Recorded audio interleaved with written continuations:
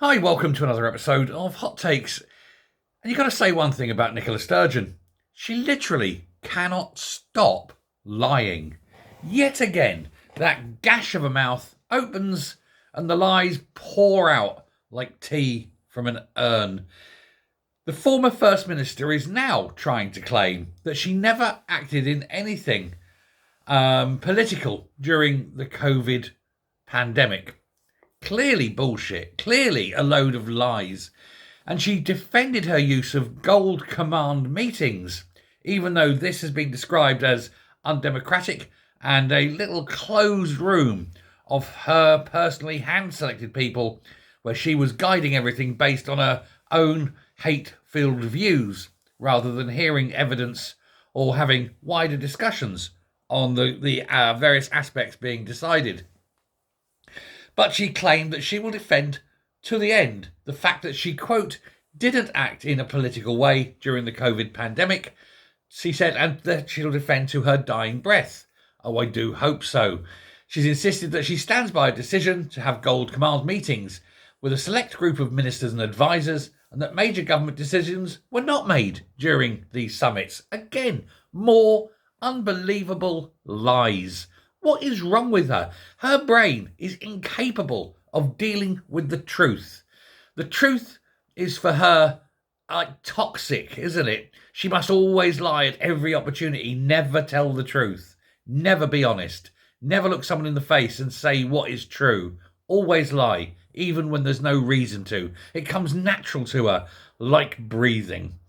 The meetings, of course, were not minuted, and the UK COVID inquiry rejected her suggestion that decisions were not come to during them, because of course they were. Baroness Hallett, who was running that, said that the use of this informal group diminished the role of the Scottish Cabinet and reduced the transparency of decision making. She said it also deprived the decision makers of a wide range of views. The Scottish Cabinet, she said, frequently became a decision ratifying body, not a decision-making body. And of course, it was within these meetings, these Gold Command meetings, they decided they're going to close the schools, despite advice being to keep them open, because Nicola Sturgeon's got to be different, because Scotland's brilliant. She also denied that they discussed independence in these meetings, and yet the very few minutes that did come out and come to light show that they did. All lies, lies, lies. They're having an inquiry. That woman's going to stand there. She's got a day in the inquiry coming soon. She's going to be asked questions. And basically, you know that everyone in that room will know that whatever she says, the complete opposite will be the truth. Because even if her life depended on it, she cannot and must not tell the truth.